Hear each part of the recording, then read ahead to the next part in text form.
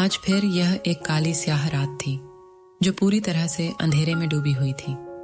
आज फिर मैं अपनी जिंदगी का सबसे बड़ा पाप करने जा रहा था। अंधेरी रात थी और बारिश जोरों शोर से जारी थी। मैं अपनी जिंदगी में 99 लड़कियों की इज्जत को तार तार कर चुका था। इस अंधेरी तूफानी बारिश होती रात में मैं अपनी गाड़ी में बैठा अपनी मंजिल की तरफ बढ़ रहा था, जब अचानक से मेरी गाड़ी के सामने एक लड़की आ गई। मैंने फौरन से ब्रेक पर पांव रखा और जल्दी से ब्रेक लगाकर गाड़ी से बाहर निकल आया। सामने ही एक लड़की रोते हुए मेरे पास आई। वह उस वक्त पूरी तरह से सफेद कपड़ों में लिपटी हुई थी।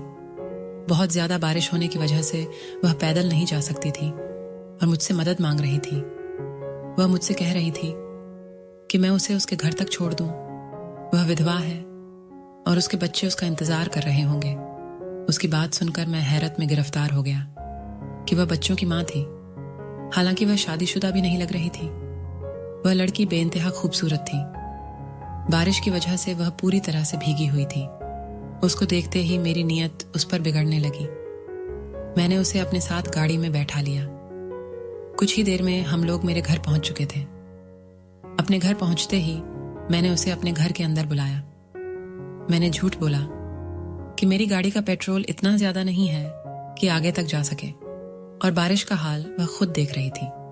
उसने कहा, ठीक है। वह कुछ देर मेरे घर में रुकने को तैयार है। वह मुझे अपना मसीहा समझ रही थी, जबकि मैं तो उसे देखकर पागल हो चुका था। जैसे ही वह मेरे कमरे के अंदर दाखिल हुई, मैंने उसे अपने शिकंजे में ले लिया। उसके करीब जाने के बाद मुझे कोई होश नहीं रहा और सुबह मेरी आंख खुली तो मेरा सर चकरा रहा था। आज मैं एक पाप कर चुका था। सुबह जब मैं सोकर उठा तो मैंने अपने जुर्मों वाली डायरी को खोला। यह एक ऐसी डायरी थी जिसमें मैं अपने हर जुर्म और पाप को लिखा करता था। मैं बहुत बड़ा पापी इंसान था, यह सच बात थी, और मैं अपना हर पाप उस डायरी में लिख देता था। लेकिन जैसे ही मैं अपनी डायरी के करीब गया तो सामने का मंजर देखकर मेरे पैरों तले से जमीन खिसक गई। जैसे ही मेरी नजर डायरी से हटी और उस लड़की पर पड़ी तो उस लड़की को देखकर मेरे होश उड़ गए। मैंने उस लड़की को देखा। उसकी हालत देखकर मेरा दिल लगभग फटने के करीब था। मैंने उस लड़की से हकीकत जानने की कोशिश की और फिर जो हकीकत उसने मुझे बताई वह सुनने के बाद मैं अपने होश में नहीं रह पाया।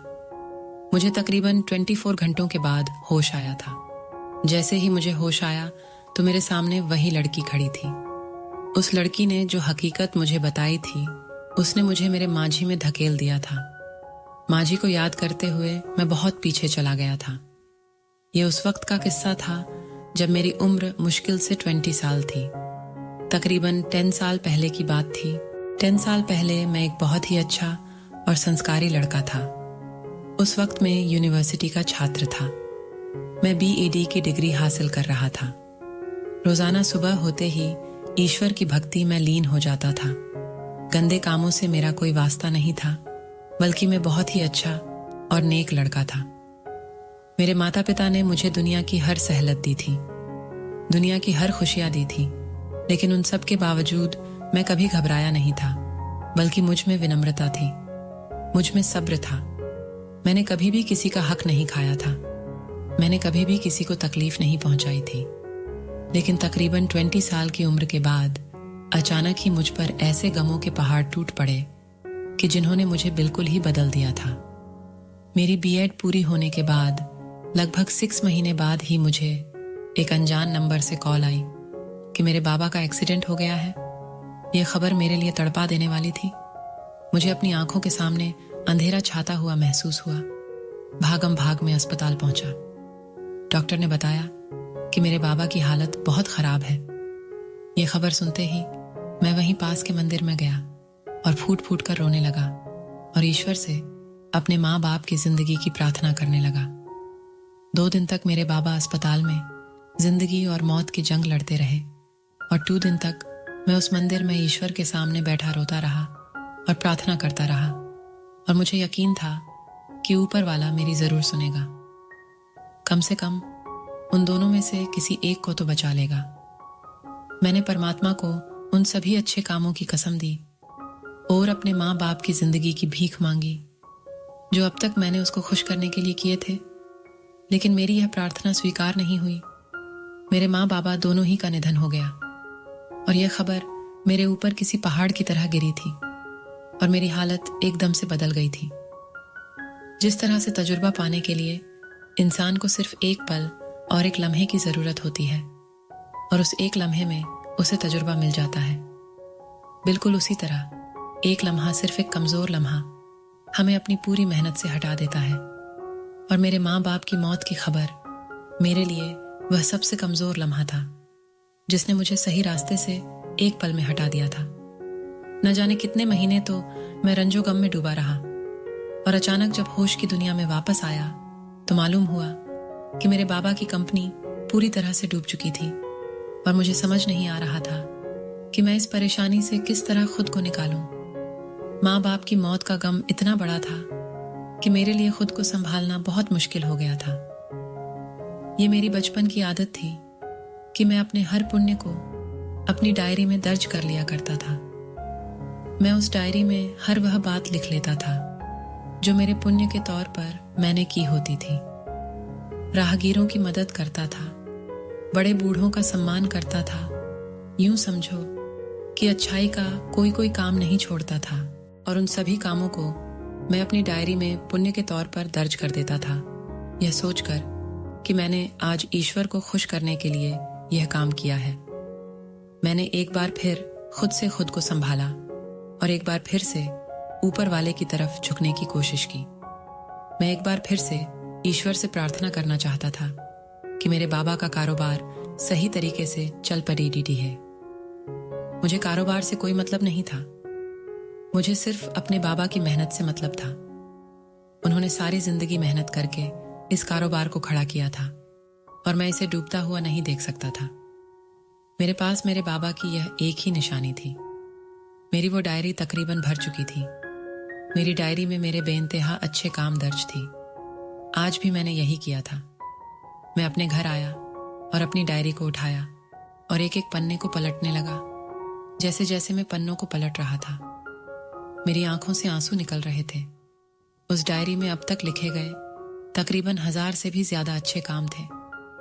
मैंने अपने ईश्वर के आगे माथा टेक कर रो रो कर प्रार्थना की, है ईश्वर, मैंने जिंदगी में इतने अच्छे काम किए हैं कि अब तो उनको गिनना भी मुमकिन नहीं है। मेरे मालिक, मेरे किसी एक अच्छे काम के बदले मुझे इन मुश्किलों से निकाल दे। मैं हर रोज सुबह शाम ये प्रार्थना करता और उस डायरी को देख देख कर रोता। सुबह शाम परमात्मा से यह प्रार्थना करता कि है ईश्वर, मैंने यह भी अच्छाई की है, मैंने वह भी अच्छाई का काम किया है। किसी एक अच्छे काम के बदले मुझे मेरे सभी मसलों से छुटकारा दिला दे। लेकिन शायद मेरी कोई भी अच्छाई स्वीकार नहीं हो रही थी। फिर वह लड़की जो मुझसे बेहद मोहब्बत करती थी और जिससे मैं मोहब्बत करता था, मेरे कारोबार के डूबने का सुनकर मुझे छोड़कर चली गई। वह मुझसे भी ज्यादा अमीर आदमी के पास चली गई। मैं बहुत रोता रहा और मैंने बहुत प्रार्थनाएं की कि वह वापस आ जाए, लेकिन वह उस आदमी के साथ शादी रचाकर देश से ही बाहर चली गई। उस लड़की को अपनी जिंदगी में वापस लाने के लिए मैंने बहुत प्रार्थनाएं की थी, लेकिन मेरी यह प्रार्थना भी स्वीकार नहीं हुई। एक लंबा समय प्रार्थनाएं करने के बाद भी जब मेरी प्रार्थनाएं नजरअंदाज हो रही थीं, तो मैं बागी होने लगा था। मैं मायूस हो गया और आहिस्ता आहिस्ता मुझे प्रार्थना करने से भी नफरत होने लगी। ईश्वर मुझे माफ करें। आहिस्ता आहिस्ता मैं अपने परमात्मा से भी दूर होने लगा। मैंने सोच लिया था कि अब मैं उस ईश्वर से कुछ नहीं मांगूंगा। मैंने सोच लिया था कि अब जो मर्जी हो जाए, मैं कोई भी अच्छा काम नहीं करूंगा। मैंने सोच लिया था कि अब मैं बुरे काम करूंगा, सभी गंदे कामों की तरफ निकल जाऊंगा, सभी तरह के गंदे काम करूंगा। इसी वजह से मैंने एक नई डायरी खरीद ली थी ताकि मैं उसमें अपने सभी पापी जुर्म लिख सकूं। मेरे एक दोस्त ने मुझे बताया कि अगर मैं बुरा काम करूंगा तो उसकी वजह से मैं इन सभी मुश्किलों से निकल सकता हूं। मैंने काफी समय अपने ईश्वर से मदद मांगी, लेकिन जब मुझे हर तरफ से मायूसी का सामना करना पड़ा तो मजबूर होकर मैंने गंदगी भरा रास्ता धारण कर लिया। सच कहा गया है कि गंदे कामों में बहुत मजा होता है। यह एक ऐसी दलदल है जिसमें इंसान जब फंसता है तो बस फिर उसमें फंसता चला जाता है, आहिस्ता आहिस्ता, धीरे धीरे। लेकिन उस दलदल से निकलना बेहद मुश्किल होता है। आहिस्ता आहिस्ता मैं भी इस दलदल में फंसने लगा था। मैंने हर छोटा मोटा गलत काम शुरू कर दिया। फिर मुझे इस बात का पता लगा कि इस दलदल में मैं अकेला नहीं हूं, बल्कि बहुत से लोग हैं जो इस दलदल में फंस चुके हैं, और बहुत से तो ऐसे हैं जो अपनी मर्जी से इस दलदल में फंसते हैं। आहिस्ता आहिस्ता मैं गंदे कामों के सहारे ही जीने लगा। अब मेरी जिंदगी उन्हीं गुनाहों में बसर हो रही थी। एक के बाद दूसरा, दूसरे के बाद तीसरा, तीसरे के बाद चौथा, और फिर बस मैंने लड़कियों की इज्जत को तार तार करने का काम शुरू कर दिया। और इस काम में इस कदर मजा था कि मैं अपने परमात्मा को बिल्कुल ही भूल बैठा था। यह सच था कि मैंने दिन ब दिन बहुत ज्यादा तरक्की की। आहिस्ता आहिस्ता मैं कामयाबी की बुलंदियों तक पहुंच गया। उस बीच मैंने कई लड़कियां फंसा रखी थी। मेरे सभी गंदे कामों में लड़कियों की इज्जत सबसे बड़ा गंदा काम था, और सबसे पसंदीदा भी। मैं हर रात किसी ना किसी लड़की के साथ गंदा काम करता था, और मुझे इस बात का जर्रा बराबर भी अफसोस नहीं होता था। सारी लड़कियां अपनी मर्जी से मेरे साथ रिश्ता कायम करने के लिए तैयार हो जाती थीं, और जब मुझे उनकी जरूरत होती तो मैं उनसे अपनी जरूरत पूरी करता था। लेकिन ऐसे में एक ऐसी लड़की भी थी जिसे फंसाना मेरे लिए बेहद मुश्किल हो रहा था। मुझे उस लड़की से एक अजीब सी दिल्लगी हो गई थी। मैं अपनी सारी बातें बताने लगा था। मुझे उस लड़की में अपनी परछाई दिखाई देने लगी थी। मुझे यकीन हो चला था कि वह लड़की भी मेरी तरह ही गंदे कामों में पड़ी हुई है। मैं अच्छे से जानता था कि वह भी मेरे साथ इस जुर्म में शामिल होने के लिए राजी होगी। वह लड़की तो मुझे ना मिल सकी, लेकिन उसके अलावा मुझे बहुत सी लड़कियां मिल चुकी थीं जो मेरी ही तरह इन कामों में पड़ी हुई थीं। जैसे ही मैं उन्हें गंदे काम की ऑफर करता तो वह फौरन राजी हो जाती, और इस तरह मैं इस दलदल में फंसता चला गया। तकरीबन एक लंबा समय मैंने इन गंदे कामों में गुजारा, और इस बीच मैं तकरीबन कामयाबी की बुलंदियों तक पहुंच चुका था। लेकिन एक दिन अचानक से मेरे साथ कुछ ऐसा हुआ जिसने मुझे वापस जमीन पर लाकर पटक दिया। मेरी कंपनी एक बार फिर से डूब चुकी थी। मैंने हर मुमकिन कोशिश की कि मैं अपनी कंपनी को दोबारा से बुलंदियों तक पहुंचा सकूं, लेकिन मेरी हर कोशिश नाकाम जा रही थी। मैं गंदे कामों में इस कदर घिरा हुआ था कि अब वापसी का रास्ता शायद मुमकिन नहीं था। मेरी उसी दोस्त ने मुझे हौसला दिया और तसल्ली दी। उसने कहा कि बहुत जल्दी मैं वापस से अपना स्थान हासिल कर लूंगा, लेकिन लाख कोशिशों के बावजूद भी मैं अपना वह स्थान हासिल नहीं कर पाया था। बिजनेस में इस कदर नाकामी की वजह से मुझे जरूरत थी कि मैं कुछ पल के लिए सुकून हासिल कर सकूं। इसी वजह से मैंने उस लड़की को अपने सुकून के लिए इस्तेमाल करना चाहा। मैं अपने ईश्वर को पूरी तरह से भूल बैठा था। मैं उसकी मोहब्बत से नाउम्मीद हो गया था। इस वजह से मैंने गंदगी से भरा रास्ता अपना लिया था, और अब मैं इस जुर्म के दलदल में इस कदर फंस चुका था कि कोई चाहता भी तो मुझे उसमें से नहीं निकाल सकता था। दरअसल मेरे दिल पर बंद लग चुके थे। इसी वजह से मैं किसी भी अच्छे काम की तरफ नहीं बढ़ सकता था। लेकिन आज जो हकीकत मुझ पर खुली थी, उसने मेरी आंखें दर हकीकत खोल दी थी, क्योंकि वह लड़की मेरे सामने थी। और जिस चीज ने मुझे बेतहाशा परेशान किया था वह यह था कि मेरी डायरी जल चुकी थी। रात को जब मैं सोया था, मुझे अच्छे तरीके से याद था कि मेरी डायरी बिल्कुल सही सलामत थी। लेकिन जैसे ही मैं सुबह उठा तो वह डायरी जल चुकी थी। मैं हैरान हुआ कि भला ये कैसे जली है। मैंने उस लड़की से पूछा तो उसने मुझे बताया कि उसने मेरे गुनाहों वाली डायरी को जला दिया है। मैं खुद यह बात नहीं समझ पाया कि उसने ऐसा क्यों किया, लेकिन जब मैंने उससे हकीकत मालूम करने की कोशिश की तो उसने मुझे बताया कि वह वही लड़की थी जिससे मैं फोन पर चैटिंग किया करता था। मैंने कभी उस लड़की को देखा नहीं था। वह मुझे अनजान नंबर से मिली थी। इसके बाद न जाने क्या कशिश मुझे उस लड़की के साथ बातें करते हुए महसूस होती थी कि मैंने कभी उसे देखने की भी जिद नहीं की। ना ही तो उसने अपनी कोई तस्वीर भेजी और ना ही मैंने कभी मांगी, लेकिन मेरे दिल में उसको आगे बैठाकर देखने की ख्वाहिश थी। पहले तो उसकी बात सुनकर मुझे हैरत का जोरदार झटका लगा था। भला ऐसे कैसे मुमकिन था? वह लड़की जिसको फंसाने के लिए मैंने हर मुमकिन तरीका अपनाया था, उसको हर किस्म का लालच दिया, लेकिन वह लड़की मेरे जाल में नहीं आ रही थी। और अब आज अचानक से वह लड़की कैसे मेरे सामने आ गई थी? वह लड़की जिसके माथे पर मैं अब अपने घिनौने पाप की कालिक पोथने वाला था। उस लड़की ने मुझे बताया कि वह मुझे पहले से जानती थी, और भी उसने मुझे अपनी सारी हकीकत बताई। उसने मुझे यह बताया कि वह भी मेरी ही तरह उस ईश्वर से खफा थी, वह भी मेरी ही तरह बागी हो चुकी थी, और वह भी अपने असल से भटक गई थी। उसकी ये बात सुनकर मुझे दूसरा झटका लगा था, क्योंकि यह सच था कि मैं उस लड़की को अपने सारे राज बता चुका था। क्योंकि कहीं ना कहीं मुझे भी यह यकीन था कि वह लड़की भी मेरी ही तरह पापी होगी, और मैं यह अच्छे से जानता था कि वह कभी भी मेरे राज को किसी दूसरे के सामने नहीं खोलेगी। जिस चीज की मुझे सबसे ज्यादा हैरत हुई थी वह यह थी कि भला वह इस वक्त यहाँ क्या कर रही थी, जब वह अच्छे से जानती थी कि मैं कौन हूं और उसके साथ क्या करने का इरादा रखता हूं। तो फिर वह खुद यहाँ चलकर क्यों आई थी? लेकिन फिर उस लड़की ने मुझे बताया कि वह यहाँ पर क्यों आई थी, उसका असल मकसद क्या था। मैं भी तुम्हारी ही तरह एक बागी लड़की हूं। तुमने अपने माँ बाप की मोहब्बत में अपने ईश्वर को छोड़ दिया और गंदे कामों की तरफ आ गए, और मैंने अपने पति की मोहब्बत में ईश्वर को छोड़कर यह रास्ता अपनाया था। बिल्कुल इसी तरह जिस तरह तुमने अपने माँ बाप की जिंदगी के लिए ईश्वर से उम्मीदें बांधी थी, मैंने अपने पति की जिंदगी के लिए उम्मीदें बांधी थी। मेरी नई नई शादी हुई थी और मेरे पेट में मेरे पति का बच्चा था, लेकिन अचानक से वह बीमार हो गया और 1 हफ्ते तक अस्पताल में पड़ा रहा। मैं परमात्मा के सामने रोती रही, मिन्नतें करती रही कि मेरे पास मेरे पति के अलावा कुछ नहीं है, लेकिन मेरा कोई भी आंसू किसी काम ना आया।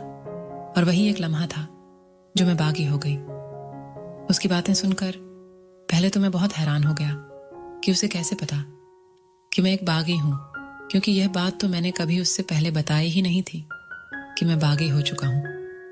हमारी जब भी बात हुई थी मैंने उसको अपने घिनौने कामों के बारे में बताया था। मैंने उसे कभी भी अपने अच्छे कामों के बारे में नहीं बताया था। वह जिंदगी जो मैंने अच्छे कामों में गुजारी थी, उस जिंदगी के बारे में मेरे अलावा तो कोई और जानता ही नहीं था। तो भला उसे कैसे इस बात का अंदाजा हुआ? जब मैंने उससे यह बात पूछी तो इसके बदले में उसने मुझे यह जवाब दिया कि मैं भी पहले बहुत ही ईमानदार, संस्कारी और ईश्वर की भक्ति में लीन रहने वाली लड़की थी, लेकिन मेरी जिंदगी में कुछ ऐसी मुश्किलें गई थी कि जिनकी वजह से मैं बहुत ज्यादा परेशान रहने लगी थी। मैंने ऊपर वाले से हर किस्म की प्रार्थनाएं की, जगह जगह जाकर पूजा पाठ की और गरीबों को भोजन खिलाया, लेकिन मेरे लिए किसी भी तरह से मदद का कोई दरवाजा नहीं खुला। ये बताकर वो बेआवाज रोने लगी थी। मैं हैरत से बैठा चुपचाप उसकी बातें सुन रहा था। इसी वजह से मैं भी अपनी मंजिल से भटक चुकी थी। मैं तो इस कदर भटक गई थी कि मैंने अपना धर्म ही बदल लिया था। मैंने एक लंबा समय क्रिश्चियन बनकर गुजारा है। उसकी क्रिश्चियन वाली बात पर मुझे झटका लगा था। हाँ, मैं मानता हूं कि मैं बहुत बड़ा पापी था, लेकिन जो भी था मैंने कभी भी अपना धर्म बदलने की कोशिश नहीं की थी। लेकिन उस लड़की की यह बात सुनकर एक लम्हे के लिए मुझे उस लड़की से खौफ महसूस हुआ था। जाने क्यों मैं चर्च में जाती थी। वहां जाकर मैंने अपनी मन्नतें मांगी, बेहद मन्नतें मांगी। अपनी सारी मुरादें पूरी करने के लिए हर वो काम किया जो एक क्रिश्चियन अपने गॉड को खुश करने के लिए करता है। और हैरत की बात यह थी कि मेरी हर मन्नत पूरी होती चली गई। वह पति जिसकी खातिर मैंने उस परमात्मा का बताया अच्छाई का रास्ता छोड़ दिया था, वह मेरे दिल से निकल चुका था। फिर मुझे किसी ऐसे इंसान की तलाश थी जिससे मैं हर बात कह सकूं, और मुझे तुम मिल गए। मुझे तुमसे मोहब्बत हो गई। फिर मैंने तुम्हें हर जगह मांगा। मुझे महसूस हुआ कि तुम्हें भी मेरी चाहत है। मुझे सब कुछ मिलता चला गया, लेकिन यह सब मुझे ईसाई होने के बाद मिला, और मैं दिल ही दिल में अपने ईश्वर से शर्मिंदा थी, क्योंकि मैं जान गई थी कि मेरा ईश्वर ही मेरी मदद कर रहा है। मुझे इस बात का अंदाजा हो गया था कि यह मेरी आजमाइश थी भगवान की तरफ से, और मैं इस आजमाइश पर पूरी नहीं उतर पाई। मैंने बजाय अपने परमात्मा के आगे झुकने के उससे ना उम्मीद हो चुकी थी, और उसी ना उम्मीद की वजह से मैं अपना असल खो चुकी हूँ। मुझे इस बात का अंदाजा हो गया था कि मुझे अपने ईश्वर से ना उम्मीद नहीं होना चाहिए था, बल्कि मुझे अपना धर्म किसी भी कीमत पर नहीं बदलना चाहिए था। जैसे ही मुझे इस बात का अंदाजा हुआ, मैंने अपने भगवान से माफी मांग ली और वापस से सनातनी हो गई। मैं इस कदर पापी हो चुकी थी कि अपने ईश्वर से बात करते वक्त भी शर्मिंदा होने लगी। मैं खुद नहीं समझ पा रही थी कि मैं इस कदर काले दिल की कैसे हो गई कि कल रात हमारे बीच कुछ नहीं हुआ, लेकिन फिर उसने मुझे जब हकीकत बताई तो मुझे और ज्यादा शर्मिंदगी का सामना हुआ। कल रात मैंने जो जूस तुम्हें पिलाया था उसमें नींद की दवा थी। नींद की दवा खाने के बाद तुम तकरीबन बेहोश हो चुके थे और हम दोनों के बीच कोई भी गलत रिश्ता नहीं बन सका। मैं चाहती हूं कि तुम अपने सारे गलत कामों को छोड़ दो और परमात्मा की तरफ वापस लौट आओ। उस लड़की की इस कदर ईमानदारी पर मैं हैरान जरूर हुआ था, लेकिन मैं यह बात भी समझ चुका था कि जब इंसान अपने पापों का प्रायश्चित करने की सोच लेता है तो फिर वह खुद परमात्मा के सामने झुक जाता है, और जब इंसान ईश्वर के सामने झुकता है और अपनी गलती महसूस करता है तो फिर वह किसी को भी गंदे कामों के दलदल में फंसा नहीं रहने देता। मैं अच्छे से समझ चुका था कि ये लड़की क्यों मेरी इस कदर मदद कर रही है, लेकिन जो भी था, उस लड़की ने मुझे हकीकत का आईना दिखा दिया था। उसने मुझे मेरे ईश्वर के करीब होने के लिए खूबसूरत रास्ता दिखा दिया था। उस लड़की की बातों ने मुझे मेरा असल दिखा दिया था। उसने मुझे मेरे ईश्वर पर मेरा यकीन वापस दिला दिया था। मैंने अपने सारे पापों जुर्मों का प्रायश्चित कर लिया था। मैं उस रात बहुत रोया था, बेतहाशा रोया था, और उस लड़की का जितना धन्यवाद कर सकता था उतना किया। पत्नी के साथ एक बहुत अच्छी और खुशहाल जिंदगी गुजार रहा हूं। एक लंबी यात्रा के बाद ऊपर वाले ने मुझे एक बहुत ही अच्छी जीवन साथी दी थी, जो मेरे कदम के साथ कदम मिलाकर चलती थी। एक ऐसी लड़की जो खुद भी पहले बहुत टूटी हुई थी, और उसने मुझे दोबारा कभी भी सही रास्ते से भटकने नहीं दिया। ऐसा नहीं है कि मुझे अब परेशानियों का सामना नहीं करना पड़ता। ये जिंदगी है और जिंदगी में अच्छा बुरा वक्त चलता रहता है, लेकिन अब मेरे पास एक ऐसी इंसान है जो मुझे अच्छे बुरे में फर्क बताती रहती है। एक ऐसी हमसफर जो मुझे सही रास्ते से भटकने नहीं देती। अब जब भी परेशानियां आती हैं तो मैं गंदे कामों की तरफ नहीं भागता, बल्कि मैं अपने ईश्वर के आगे झुकता हूं और अपने भगवान से मदद मांगता हूं। दोस्तों, वीडियो कैसा लगा कमेंट करके ज़रूर बताना, और हाँ, लाइक, चैनल को सब्सक्राइब ज़रूर करना।